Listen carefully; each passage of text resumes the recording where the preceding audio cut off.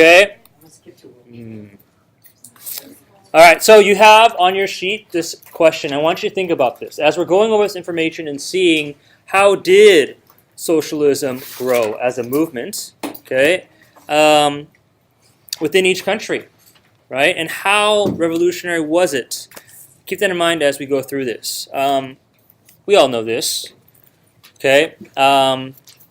What is the main root? Why was socialism such a great idea towards people? Why did they favor it? Why did they like the idea? Socialism.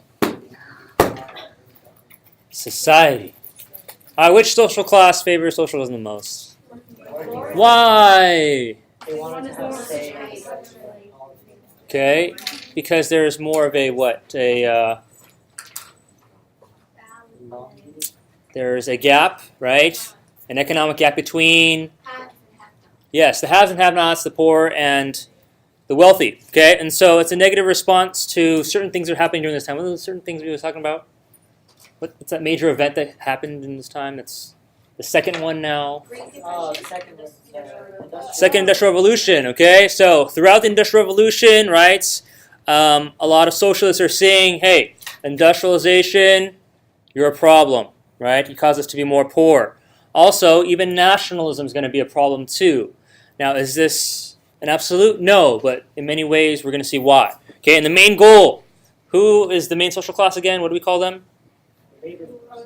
The proletariats, yes, the proletariat, the working class, right? We're looking to their needs. Do we care about the wealthy?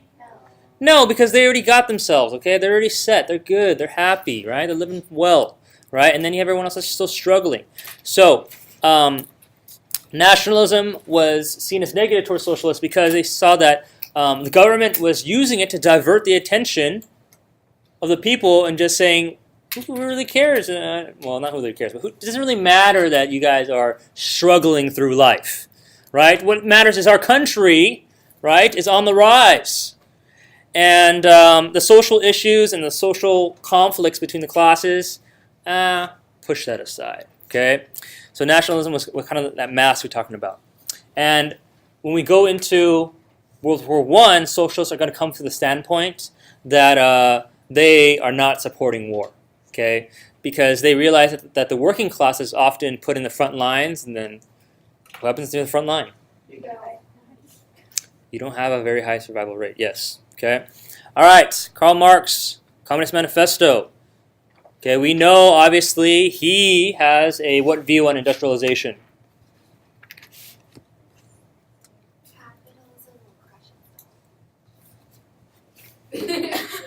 Capitalism will crush itself. Imagining that. Okay, Karl Marx, industrialization. How does he feel about it? He thinks ultimately it is self-destructive. Yes, evil. Right? It's the capitalism is self-destructive, right? Industrialization, in working with capitalism, is causing an event that is about to happen, which is the revolution of the proletariat to take over. All right, so he establishes the first international, right? He's an organizer for this. This is the International Socialist Group. Why international? Why not just within, we're the German Social Democrats? Do you remember that little line that he says, workers of the world, unite, right? So he's saying workers don't have a country. They're just workers. They're just a people. They don't have a nationality, right? And so he's embracing a lot of the revolutionary things that are happening. Remember the Paris Commune? You guys remember that? Okay, so the Paris Commune, really violent. They were demanding for a complete Marxist socialist government in Paris while the rest of France can do whatever they want. Who cares about you, right? Eventually, because the First International is only really a federation of, it's a group of these national socialist parties, right? They're saying, we're part of the First International, right? It's not going to last very long. Because he is so pro-radical revolutionary socialism, a lot of the moderate socialists, how do they feel about this? Yeah, like, wasn't really planning on killing thousands of people, just want some working rights, better wages. I'm going to stay out of this, okay? So then the Second International, all that good stuff. All right, we see the growth of socialist parties. We went through country by country, right? If you haven't gotten through the Great Britain lecture, there's some of that there and there too. And then basically we can understand that 1871 and on, there's going to be a growth. There's going to be more participation in these parties. Talked about how the SPD is going to be the largest political party. And then even in Russia too, which we'll get to more in specifics. But people that were following socialism, they will be exiled. So what does it mean to be exiled? Yes. You are banished forever from the lands of Harry Potter. Yes. You are removed and not welcome ever back. Okay? So those Russians, right, are going to be exiled to Switzerland, and they're going to form the Russian Social Democratic Party. Russian Social Democratic Party. Pretty simple, right? You're Russian. We live in social democracy, right? Okay. And then one thing to know is that social democracy is different from socialism. Okay? And just for the record, I'm just going to say now because it came to mind, we went over Germany with Otto von Bismarck. Okay? OVB, yes. We're going to be going over imperialism, and Germany is going to have a factor in that too. If you approach an FRQ question that talks about domestic and foreign policies, don't mix that up, okay? Because a lot of students, they just hear the word policies, and they're like, what do I remember about policies? And then just go at it, right? So make sure you stay on track and you know what's happening inside the country and what are the policies outside the country, okay? Because they might just ask for one, and if you give both, that's not good, okay? Like I said, they don't dock you that you add in like extra wrong information in a sense.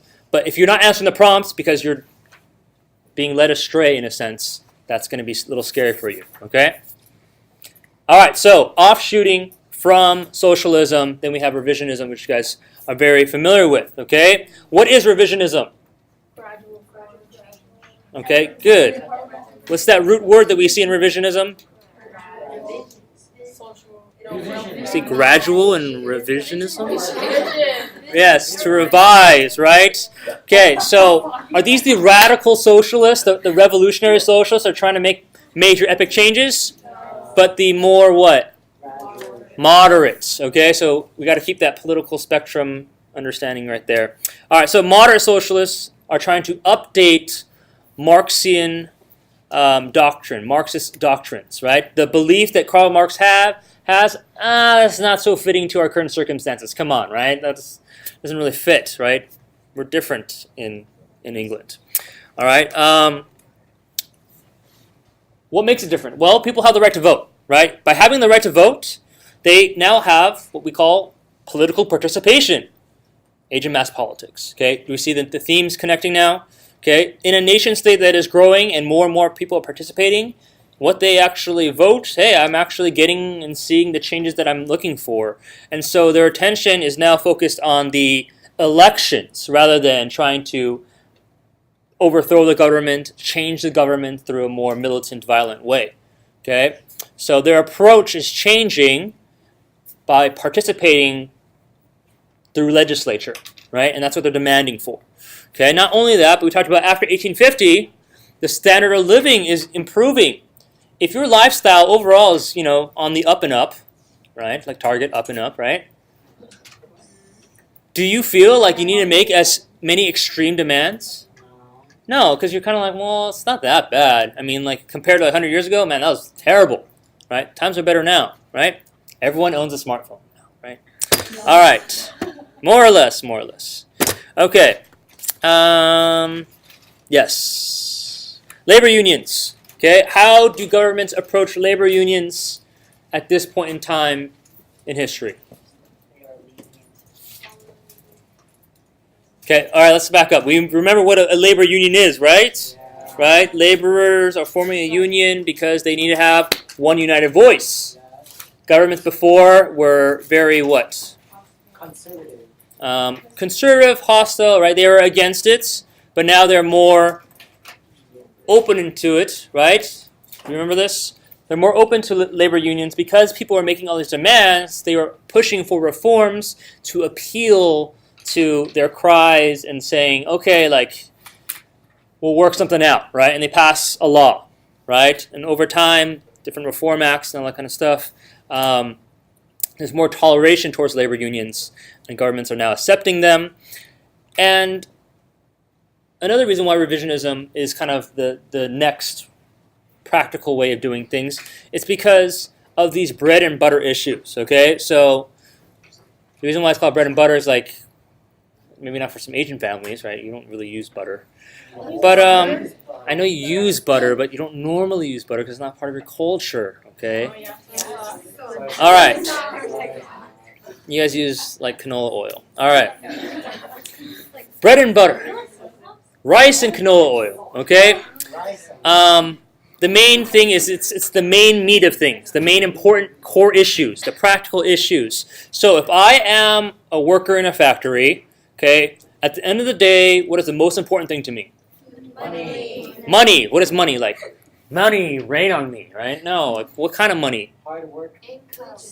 Okay, so my income, I'm hoping that it would go up, right? I'm not expecting to be a billionaire, let's be honest, right? But I expect my income to improve over time, which means that my boss needs to give me a raise for wages, right? How should my hours be? Okay, shorter in hours, and the working conditions need to be more sanitary, okay, more safe. Whereas the pure socialist doctrine is not much about these practical things. It was more about, right, the proletariat overthrowing the bourgeoisie and holding that power over them. Okay? All right, and then we have collective bargaining. This is what the union does. Okay, we talked about this before, right? So collective bargaining is now seen as effective. People, bosses, employers, manufacturers, they're listening to their workers.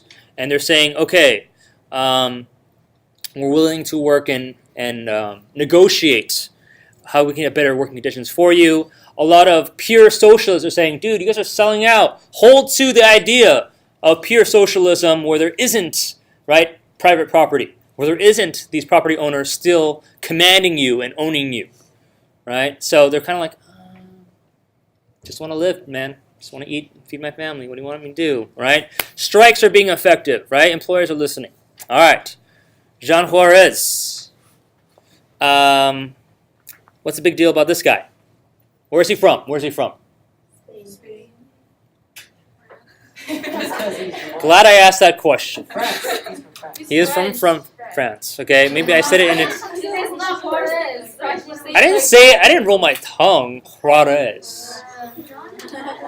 There's no bar. Juarez. Jean Juarez. Juarez. The J is not a J.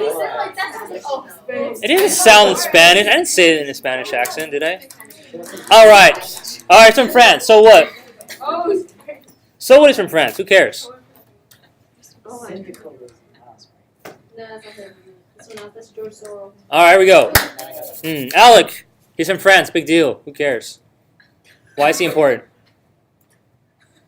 I don't know. That's okay. Anyone know? Emily. Really?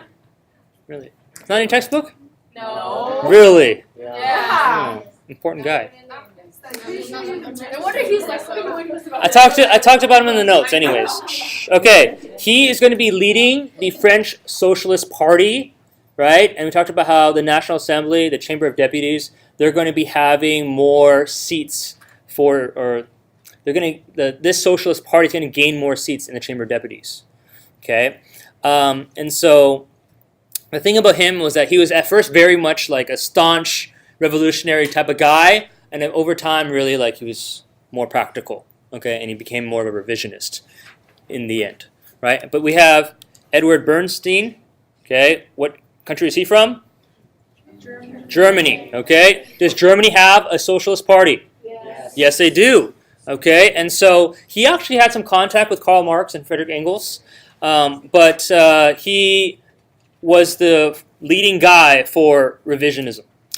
And The reason why is because he said, you know what, Marx's arguments of how there should be this great despair of poverty amongst workers, and over time, right, they'll overthrow it. He says that's false. That's not really going to happen. That's not realistic. He says we need to reform these doctrines, right, and we need to combine with what is really happening. What are the forces that are actually making changes at this time? And let's jump on that wagon. What is that? That's the political movement of giving universal suffrage, right? And so we're going to see the evolution of reforms for workers through legislation, through unions, right? It's a gradual approach.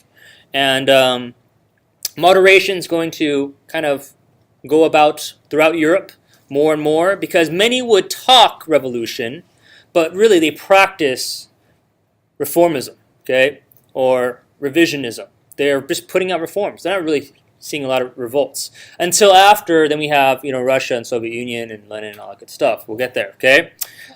So, Germany, France, England talked about it, right, but didn't really do it that way. Russia and Austria are going to be the most radical, okay? Anarchy, I'll just finish this really quickly, all right? Oh, anarchy, right? Every day in class I think it's like anarchy. Anyways, anarchy is going to come from socialism, okay? So it's not going to come out of nowhere, but it's going to branch off, it's spin-off off of socialism. And we'll end there, okay? Tonight, watch Great Britain, Victorian Age, okay? I'm working on Russia. Russia will be up tomorrow afternoon, and we're moving along. Okay? Get your note cards done.